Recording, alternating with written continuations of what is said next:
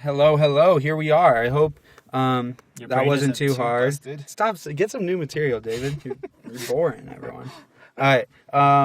Okay. So, Dave, do you want to go over this? Yeah, let's do it. Okay, so we built up the skeleton for you. Again, the first thing we want to think about is where are we going to get this? We're getting it from our rental table, obviously, because that's what tells us the rental. Yes. But we need to tie that to... The inventory table. Right, because that contains the film, like which film idea it Yes, was. exactly. And we could put the title, but for our sake, let's forget about the title, and we'll just think about numbers instead of which titles were rented. So that's all we need. And so we want it by month. So again, the first thing we want is to a left rental date. Comma 7. That'll be our month. Then we want, again, like last time, let's just a raw number of count of total rentals that month.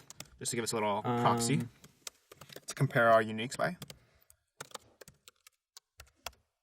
And then we're going to do a count. Let's connect these tables first, actually. That's true, before this. Yeah, because we're like, okay, how how do these even connect? So we need to do, I think in the rental table, there's an inventory ID right here. Okay, so inventory ID, and then we go over to inventory. There's an inventory ID. So what we can do is r.inventory ID. Right there. So that connects the two tables. Yep. But what we want is not distinct inventory IDs, but distinct film IDs. Yeah, so let's look. So within inventory, we do have the film ID. Yep. So that's what we can do.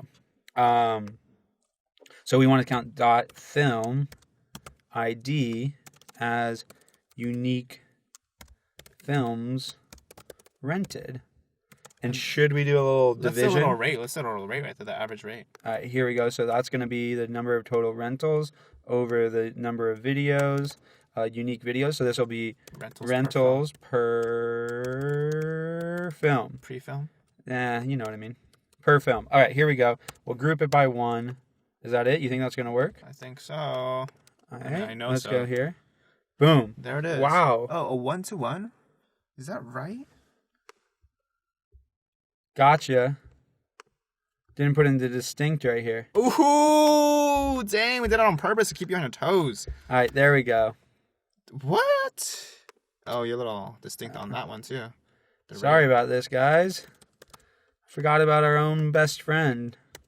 There we go. All right, cool. So that's a great example of what distinct actually does. So if we just want to count, count all film IDs, it doesn't distinguish between if film ID number 1 is used multiple times. But since when we add in distinct, it only counts number 1 once, number 2 once, and all the way down. And so then that gives us this ratio of the number of rentals per film. Yeah, so in general, this is kind of a good measure of, it's kind of like stocks, right? Like diversifying your portfolio. Exactly. If you only have 2 stocks that are doing really well, that's kind of a dangerous position to be in, because if for something happens to those 2 companies, then your whole portfolio is down the drain. But for a business, if you're relying just on 2 products or 2 films, and for some reason something happens and nobody starts renting those films, that's dangerous. So we want to make sure that the rentals are being distributed evenly between all the films that we have available in our library, pretty much. And so this is kind of a good way to see that. Perfect. All right, David, give us a little intro for next lecture to keep these guys interested. Alrighty, sneak peek coming at you. And the next lecture is using... Go. All right, coming at you in the next lecture is using this function called the in, and then some comparison operators to compare different things together, and also this another clause called having. And so these things will help you target and limit your results. Yeah, really helpful, really fun to use. Super helpful. Have a good one. See ya.